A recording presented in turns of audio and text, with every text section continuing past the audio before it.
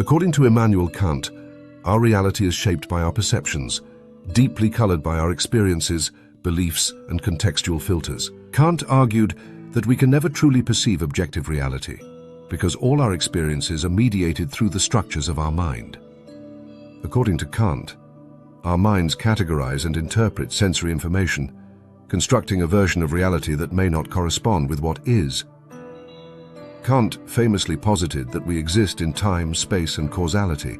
His argument was that an object cannot exist without a perceiving subject.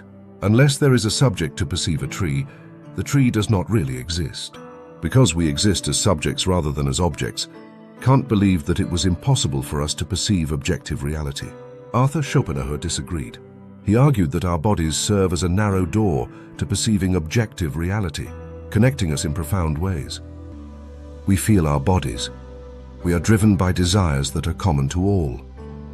Although we experience life as separate entities, Schopenhauer suggests that, ultimately, we are not unique. We can understand and resonate with what others feel. In his view, we are all manifestations of the same will. What happens to one of us happens to all of us.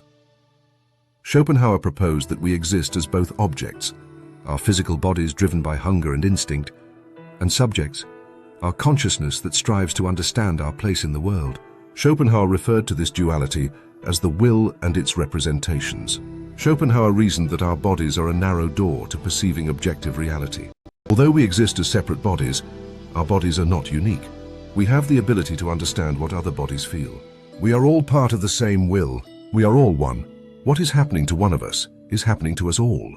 According to Schopenhauer, the will is an insatiable force that drives us towards constant striving, primal urges to eat, drink, and reproduce. He refers to this all-encompassing energy as the will. This relentless pursuit is what he calls the will to life.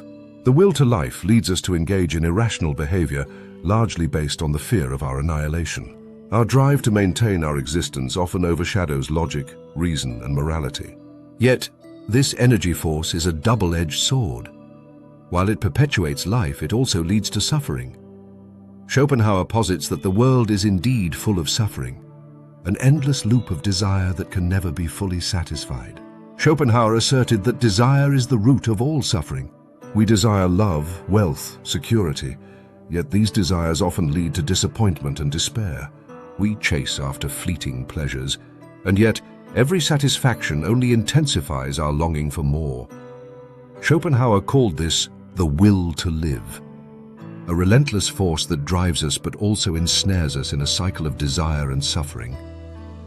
Schopenhauer argued that we are slaves to the will. Our pursuit of fulfilling our desires leads us into a never-ending cycle of striving and suffering.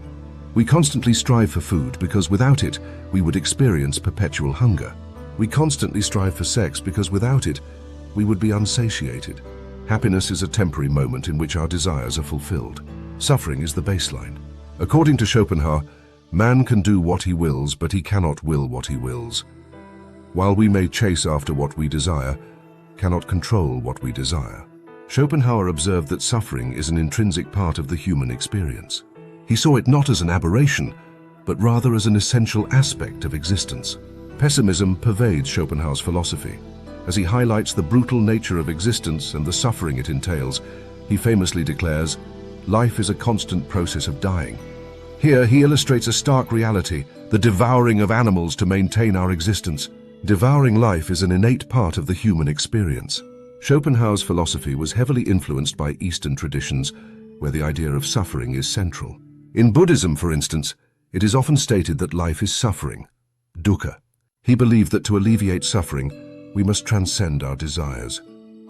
We must resist the will. In resisting the will, we have the ability to transcend the suffering intrinsic to our existence, finding peace through acceptance of our plight. Through art, philosophy, and compassion, we can find moments of respite and insight. Above all, Schopenhauer implored us to resist the desire to procreate. Schopenhauer famously stated, "If children were brought into the world by an act of pure reason alone, would the human race continue to exist? Would not a man rather have so much sympathy with the coming generation as to spare it the burden of existence, or at any rate not take it upon himself to impose that burden upon it in cold blood?" the cycle of life is intertwined with suffering. For Schopenhauer, existence itself is the original sin, and death represents the only escape from this suffering. He asserted, the shortness of life, so often lamented, may be the best thing about it.